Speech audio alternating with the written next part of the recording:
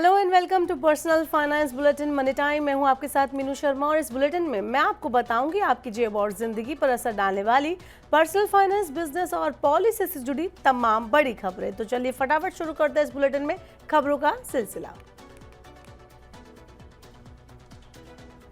ICR की ताज़ा report बताती है कि आने वाले वित्त वर्ष 2026 में हमारे देश के बैंक लगभग 19 से 20.5 लाख करोड़ रुपए का नया कर्ज देंगे।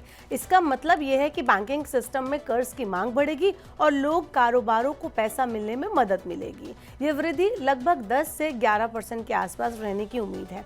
बता दें कि सामान्य आदमी के लिए इसका मतलब साफ है कि अब ज्यादा व्यवसायों को कर्ज दिया जाएगा, जिससे उन्हें अपने काम में बढ़ोतरी का मौका मिलेगा। घर बनाने, दुकान खोलने, खेती बढ़ाने जैसे काम आसान हो जाएंगे। साथ ही जो गैर बैंकिंग फाइनेंस कंपनियां हैं वो भी करीब 15 से 17% की तेजी से बढ़ेंगी। तो इसका असर सीधे तौर पर हमारे रोजमर्रा के खर्च और योजनाओं पर पड़ेगा और देश की आर्थिक गति को और ज्यादा बढ़ावा मिलेगा। बैंक और फाइनेंस कंपनियों की ये बढ़ोतरी हमारे सपनों और जरूरतों को पूरा करने में मददगार साबित होगी।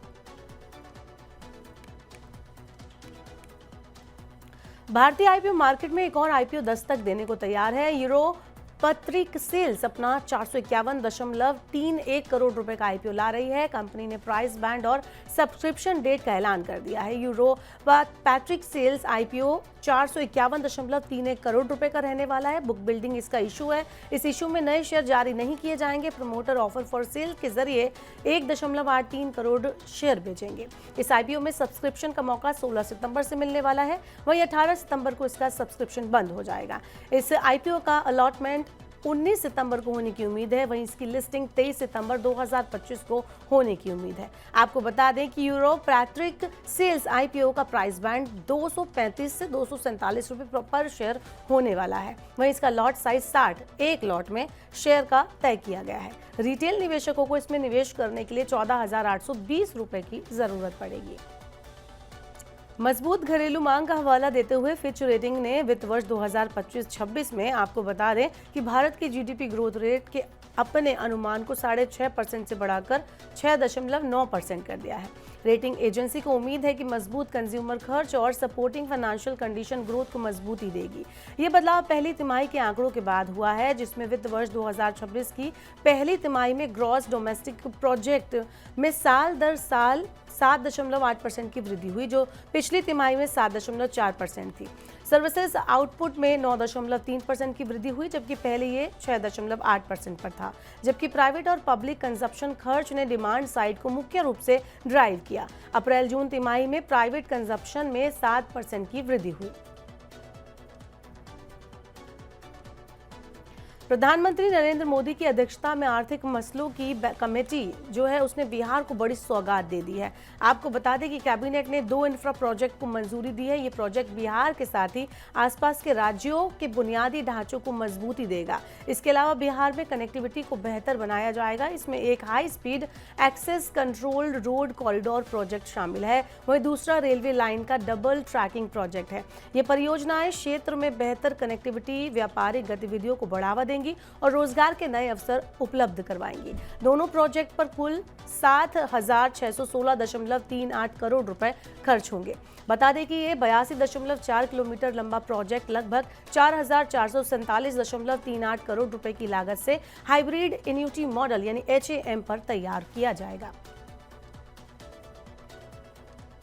चलिए अब आपको बताते हैं शेयर बाजार का आज हाल क्या रहा। तो बुधवार को भारतीय शेयर बाजारों में तेजी दर्ज की गई और जीएसटी में हुए बदलाव के पॉजिटिव सेंटीमेंट के चलते निफ्टी में लगातार 5वें दिन बढ़त दर्ज की गई। साथ ही अमेरिका और भारत के बीच नए सिरे से व्यापार वार्ता को लेकर भी सेंटीमेंट में तेजी आई है। 10 सितंबर को भारतीय शेयर बाजार की बात करें तो निफ्टी 24,950 पर पहुंचकर मजबूती के साथ बंद हुआ।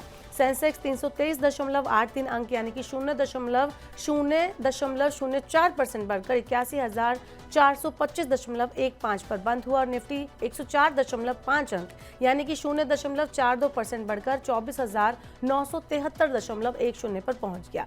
लगभग 2169 शेयरों में आज तेजी देखी गई। 1558 शेयरों में आज गिरावट आई और 114 शेयरों में कोई बदलाव नहीं हुआ। निफ्टी पर सबसे ज्यादा फायदे में रहने वाले यानी कि लाभ में रहने वाले शेयरों की अगर बात करें तो उसमें Bharat electronic, Wipro, HCL technology, Bajaj finance, TCS शामिल रहे। जबकि लॉस में Mahindra and Mahindra, hero MotoCorp, Bajaj auto, Maruti Suzuki और टाटा मोटर्स शामिल थे। ओपनएआई ने लगभग 1.1 अरब डॉलर में स्टैटसिक का अधिग्रहण किया है, जिससे एप्लीकेशन इकोसिस्टम को मजबूती मिलेगी। आपको बता दें कि स्टैटसिक के सीईओ विजय राजी अब ओपनएआई में एप्लीकेशन सीटीओ होंगे और चैट जीपीटी जैसे प्रोडक्ट की टेक्निक टीम का नेतृत्व करेंगे, उसे लीड करेंगे। भारत में जन्मे राजी का अनुभव एआई टूल्स को सुरक्षित और स्केलेबल बनाने में मदद करेगा। स्टैटसिक की टीम ओपनएआई का हिस्सा बनेगी, लेकिन स्वतंत्र रूप से सेवाएं देती रहेगी। एआई सेक्टर की अग्रणी कंपनी ओपनएआई ने एक बड़ा कदम उठाते हुए प्रोजेक्ट टेस्टिंग प्लेटफॉर्म स्टैटसिक का अधिग्रहण कर लिया है। यह अधिग्रहण लगभग 1.1 अरब डॉलर के स्टॉक आधारित सौदे के तहत हुआ है। इस रणनीतिक सौदे का मुख्य उद्देश्य ओपनएआई के एप्लीकेशन इकोसिस्टम को और भी ज्यादा मजबूत करना है। चलिए अब आपको बताते हैं टेक सेक्टर की एक बहुत ही जरूरी खबर और बहुत ज्यादा चर्चा में रहने वाली खबर के बारे में। एप्पल लाइव इवेंट में कंपनी ने एक साथ कई धमाकेदार प्रोडक्ट लॉन्च कर दिया है। इस बार टेक जायंट ने iPhone 17, iPhone air, iPhone 17 pro और आईफोन 17 प्रो मैक्स पेश कर दिया है। नए आईफोन्स में पहले से ज़्यादा पावरफुल प्रोसेसर है, बेहतर कैमरा है और एडवांस एआई फीचर्स दिए गए हैं। खास बात यह है कि आईफोन एयर को हल्के डिज़ाइन और प्रीमियम फिनिशिंग के साथ लॉन्च किया गया।